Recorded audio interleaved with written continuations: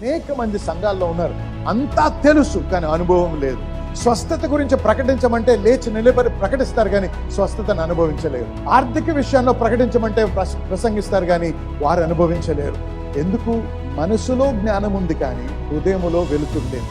వెలుతురున్నా లోబడి దాని ప్రకారం చేయడానికి సిద్ధంగా లేరు.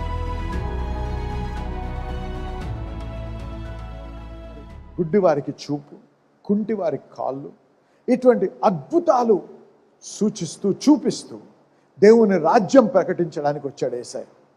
అయితే గమనించండి, ఎప్పుడైనా సరే దేవుడు ప్రకటన చేసినప్పుడు అనేక సార్లు ఆయన కోరేది మనము ఆయన ప్రకటించిన ప్రకటన మనం నమ్మిన దాని ప్రకారంగా మనం పని చేసినప్పుడే మన విశ్వాసము నిజముని నిరూపించబడి ఆ యొక్క ఆశీర్వాదాన్ని మనం అనుభవించగలం. అర్థమైన వారు ఆమెనండి. ఉదాహరణ ఇస్తాను. ఒక గుడ్డివాడు వచ్చాడు యేసయ్య దగ్గరికి. ఏమన్నాడు? గుడ్డివారికి చూపునివ్వడానికి వచ్చాడు యేసయ్య. ఆయన ఏం చేశాడు? ఉమ్ముతో మట్టి తయారు చేసి కళ్ళకి పెట్టాడు. స్వస్థపరచబడ్డా? మట్టి పెట్టగానే స్వస్థత నొందాడా? చెప్పండి. లేదు. అప్పుడేమన్నాడు? నువ్వు వెళ్ళి కడుక్కోమన్నాడు, నీటిలో కడుక్కోమన్నాడు. చూడండి, నువ్వు నమ్మినట్టయితే నీ నమ్మకానికి నీ విశ్వాసానికి రుజువు అవసరం. ప్రకటించడం మన వంతు. యేసయ్య ప్రకటించడానికి వచ్చాడు, నన్ను ఇక్కడ పెట్టాడు. ఆయన సువార్తను ప్రకటించడానికి. మీరు ఎటువంటి ఇబ్బందిలో ఉన్నా ఆ ఇబ్బందిలో మీకు తోడై ఉండి మీరు విడిపించడానికే యేసయ్య ఉన్నాడు అని చెప్పడానికి. ఎటువంటి అస్వస్థత ఉన్నా దాని నుంచి విడిపించడానికి యేసయ్య శక్తివంతుడు. మరి ఆ శక్తిని మీ కొరకు వాడి మిమ్మల్ని స్వస్థపరచడానికే యేసయ్య ఇక్కడ ఉన్నారు. ఎటువంటి ఆర్థిక ఇబ్బందిలో ఉన్నా వాటి నుంచి విడిపించడానికే యేసయ్య మనకు తోడై ఉన్నాడని ప్రకటించడానికి దేవుడు నన్ను ఇక్కడ పెట్టాడు. కానీ ప్రకటనతో పాటు దేవుడు మనకు ఒక ఇన్స్ట్రక్షన్ అనేది ఇస్తాడు, సూచన, ఉపదేశం ఇస్తాడు.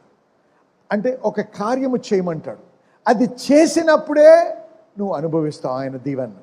ఆయన వెళ్ళి ఎప్పుడైతే నీటిలో కడుక్కున్నాడో ఏమైంది? చూపు వచ్చింది. చూసారా? దేవుని పాత్ర, యేసయ్య పాత్ర ప్రకటించడం, మన పాత్ర దానికి లోబడడం. అర్థమైన వారు హల్లెలూయా చెప్పండి. పేతురు దగ్గరికి వచ్చాడు, అయ్యా నీ ఓడనివ్వమన్నాడు. ఓడని వాడుకున్న తర్వాత ఏమన్నాడు? నీ వలని లోతులో వేయమన్నాడు. ఇప్పుడు ఆయన ప్రకటించేది ఆయన వంతు. సువార్తను ప్రకటించడము, ప్రసంగించడము దేవుడు పిలిచిన వారి వంతు. కానీ అద్భుతములు చూడాలి ఆశించినటువంటి వారి యొక్క పాత్ర ఏంటి? ఆ యొక్క ప్రకటనలో ఉన్నటువంటి క్రియను మనం జరిగించాలి. అందుకేమన్నాడు? Be ye doers of the word and not just hearers. దేవుని వాక్యమును చేయువారుగా ఉండాలి కానీ వినువారుగా మాత్రం ఉండకుండా. మీరు కానీ చేయువారిగా ఉండకపోతే మిమ్మల్ని మీరు మోసగించుకుంటారు. If you are only a hearer and not a doer, you will deceive yourself అని ఉంది వాక్యం.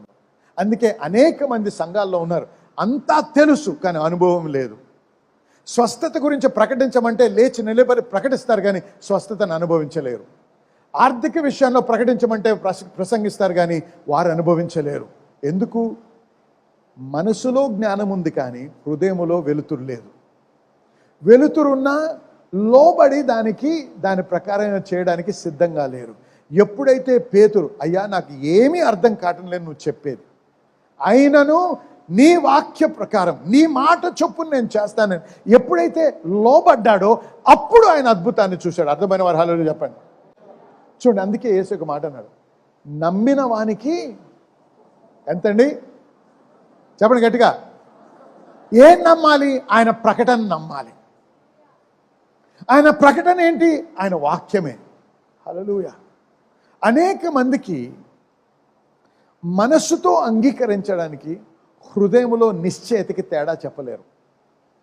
రెండు కూడా విశ్వాసమే అనుకుంటారు. విశ్వాసం అంటే మనస్సుతో ఏకీభవించడమే కాదు, విశ్వాసం అంటే హృదయములో నిశ్చయత ఏర్పడుట. అంటే ఎప్పుడైతే ఆ నిశ్చయత ఏర్పడుతుందో అప్పుడు ఏమి చేయమంటున్నాడో దేవుడు అది చేయడం నువ్వు వెనకాడవు. హల్లెలూయా. గమనించండి, అబ్రహాముకి దేవుడు వాగ్దానం ఇచ్చాడు, నీకు కుమారుని ఆయన ద్వారా లోకమంతా కూడా దీవించబడుతుంది. ఆ కుమారుడినే దేవుడు ఏమన్నాడు, నాకు బలిగా ఇవ్వమన్నాడు, దహన బలిగా. అబ్రహాము 18 and 19 చదువు, 11 చూడండి, ఇక్కడ వినండి. అబ్రహాముతో దేవుడు ఏమన్నాడు, అబ్రహాము శోధింపబడి విశ్వాసమును బట్టి ఇస్సాకును బలిగా అర్పించెను. విశ్వాసమును బట్టి ఇస్సాకును బలిగా అర్పించను. చూసారా, అంటే ఆయన మనస్సులో, ఆయన హృదయంలో అర్పించేశాడు అప్పుడే. ఎందుకంటే ఇంక వెనుతిరగడం లేదు. ఎవడు ఆ వాగ్దానములు సంతోషముతో అంగీకరించెనో ఇస్సాకు వలనైనది నీ సంతానం అనబడును చూసారా, అని. ఇస్సాకు ద్వారానే సంతానము, ఆ సీడ్ అనేది పిలువబడ్డది అని ఎవరితో చెప్పబడినో ఆ అబ్రహాము మృతులను సహితము లేపుటకు దేవుడు శక్తిమంతుడని, మృతులను సహితము లేపడానికి శక్తిమంతుడు నా దేవుడని ఎంచిన వాడై తన ఏక కుమారుని అర్పించి ఉపమాన రూపముగా అతనిని మృతులలో నుండి మరలా పొందెను. హల్లెలూయా. చూసారా, ఇస్సాకు చనిపోలేదు నిజంగా చూసినట్టు, కానీ అబ్రహాము వెళ్ళినటువంటి అనుభవం గురించి మాట్లాడుతున్నాడు. ఉపమానముగా అప్పుడే అర్పించేశాడు. అంటే నేను నమ్ముతున్నాను దేవా, నిన్ను విశ్వసిస్తున్నాను అంటే దాని అర్థం ఏంటంటే ఆ విశ్వాసానికి రుజువు కావాలి. ఆ రుజువు ఏంటి, ఆయన చెప్పింది చేయడం.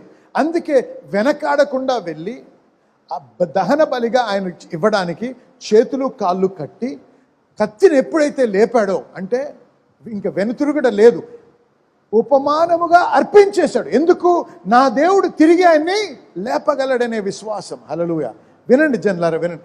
మనసుతో అంగీకరించడం, మనసుతో ఏకీభవించడం కాదు విశ్వాసం అంటే. హృదయములో నిశ్చయత ఏర్పడడం. నా దేవుడు ఇస్సాకు ద్వారానే ఆ విత్తనాన్ని తీసుకొని, ఆ విత్తనము ద్వారా లోకమంతా, అంటే యేసయ్య గురించి మాట్లాడుతూ, లోకమంతా కూడా దీవించబడుతుంది అని వాగ్దానం ఇచ్చాడు కదా. అది జరగాలంటే ఇస్సాకు ఖచ్చితంగా బ్రతికే ఉండాలి. ఇస్సాకు మరణిస్తే ఆ వాగ్దానం నెరవేర్చబడదు. ఇప్పుడు దేవుడు ఇస్సాకును అర్పించమంటాడు. కాబట్టి దేవుడు కాబట్టి మృతుల్లోంచి కూడా మనిషిని లేపగలడు. కాబట్టి నా కుమారుని నేను దహన బలిగా అర్పించినా నా దేవుడు తిరిగి ఆయన్ని లేపుతాడనే నమ్మకము ఆయన్ని నడిపించింది. హల్లెలూయా. చూసారా, నేను నమ్ముతున్నానండి అంటే సరిపోదు. అనేక మంది ప్రార్థనకు వస్తారు, ప్రార్థన చేస్తారు, నమ్ముతారా మీరు స్వస్థ, నమ్ముతాను ప్రసన్న, నమ్ముతాను అంటారు, గంగిరెద్దు వలె. కానీ అది నమ్మకం కాదు, అది విశ్వాసము కూడా కాదు, అది మనసుతో ఏకీభవించడం.